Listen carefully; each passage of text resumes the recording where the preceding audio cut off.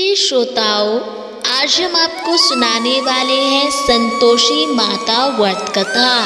यह व्रत शुक्रवार के दिन रखा जाता है, इसलिए आज हम आपको सुनाने वाले हैं शुक्रवार व्रत कथा, यानी संतोषी माता की व्रत कथा। इसलिए इस कथा को ध्यान से सुने, बीच में ना छोड़े। संतोषी माता व्रत कथा इस प्रकार है कि एक बुढ़िया थी और उसका एक ही पुत्र था। बुढ़िया पुत्र के विवाह के बाद बहू से घर के सारे काम करवाती, परंतु उसे ठीक से खाना नहीं देती थी। यह सब लड़का देखता पर माँ से कुछ भी नहीं कह पाता। बहू दिन भर काम में लगी रहती, उपले थापती, रोटी रसोई करती, बर्तन साफ करती, कपड़े धोती और इसी में उसका सारा समय बीत जाता था। काफ़ी सोच विचार कर एक दिन लड़का माँ से बोला कि माँ, मैं परदेश जा रहा हूँ। माँ को बेटे की बात पसंद आ गई तथा उसे जाने की आज्ञा दे दी। उसके बाद वह अपनी पत्नी के पास जाकर बोला कि मैं परदेश जा रहा हूँ, अपनी कुछ निशानी दे दो। बहू बोली कि मेरे पास तो निशानी देने योग्य कुछ भी नहीं है। यह कहकर वह पति के चरणों में गिरकर रोने लगी। इससे पति के जूतों पर गोबर से सने हाथों से छाप बन गई। पुत्र के जाने के बाद सास के अत्याचार बढ़ते ही गए। एक दिन बहू दुखी होकर मंदिर चली गई। वहां उसने देखा कि बहुत सी स्त्रियां पूजा कर रही थी। उसने स्त्रियों से व्रत के बारे में जानकारी ली तो वे बोली कि हम संतोषी माता का व्रत कर रहे हैं, इससे सभी प्रकार के कष्टों का नाश होता है। स्त्रियों ने बताया कि शुक्रवार को नहा धोकर एक लोटे में शुद्ध जल ले और गुड़ चने का प्रसाद लेना तथा सच्चे मन से माँ का पूजन करना चाहिए।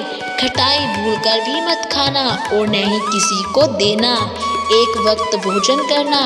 व्रत विधान सुनकर अब वह प्रति शुक्रवार को संयम से व्रत करने लगी। माता की कृपा से कुछ दिनों के बाद पति का पत्र आया। कुछ दिनों बाद पैसा भी आ गया। उसने प्रसन्न मन से फिर व्रत किया तथा मंदिर में जाकर अन्य स्त्रियों से बोली कि संतोषी माता की कृपा से हमें पति का पत्र तथा रुपया आया है। अन्य सभी स्त्रियां भी श्रद्धा से व्रत करने लगी और बहू ने कहा कि हे माँ, जब मेरा पति घर आ जाएगा तो मैं तुम्हारे व्रत का उद्यापन करूंगी। अब एक रात संतोषी माँ ने उसके पति को स्वप्न में आकर कहा कि तुम अपने घर क्यों नहीं जाती, तो वह कहने लगा कि सेठ का सारा सामान अभी बिका नहीं है, रुपया भी अभी नहीं आया है। उसने सेठ को स्वप्न की सारी बात कही तथा घर जाने की इजाज़त मांगी, पर सेठ ने इनकार कर दिया। माँ की कृपा से कई व्यापारी आए, सोना चांदी तथा अन्य सामान खरीद कर ले गए। कर्जदार भी रुपया लौटा गए। अब तो साहूकार ने उसे घर जाने की इजाज़त दे दी। घर आकर पुत्र ने अपनी माँ व पत्नी को बहुत सारे रुपए दिए। पत्नी ने कहा कि मुझे संतोषी माता के व्रत का उद्यापन करना है। उसने सभी को न्योता दे उद्यापन की सारी तैयारियां की।